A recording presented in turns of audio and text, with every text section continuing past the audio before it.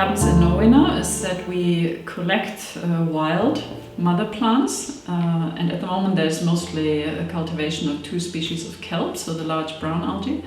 So we collect them from the wild in the area where we want to cultivate. From those, not we ourselves, but the company and specialized on propagation, they extract seedlings and make seedling cultures, which we then get back at the time of year when we seed. So we seed seedlings on cultivation substrata, in our case on ropes, horizontally in the ocean under the surface, close to the surface, because these are functional plants and they need sunlight.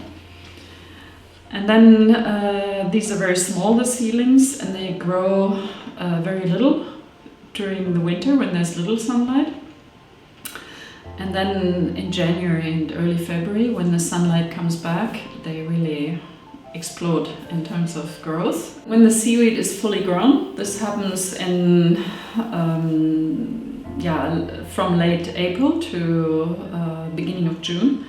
And in fact, in our case, we have a relatively short harvesting window, which on the one side is limited by the time that the seaweed is fully grown, but on the other end, so towards the summer, is limited by small larvae and so on that settle on the seaweeds and that reduce the quality, that start fouling the seaweed. So that ends the harvest, then we have to have everything in.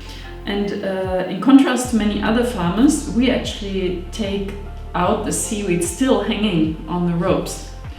And we see many advantages like that, but you could say it's a little bit like harvesting tomatoes still on the vine. So they don't start dying or degrading, and we have very good control and can pick out things that shouldn't be there, or can remove maybe extra high quality components of the seaweed and make a special product out of them.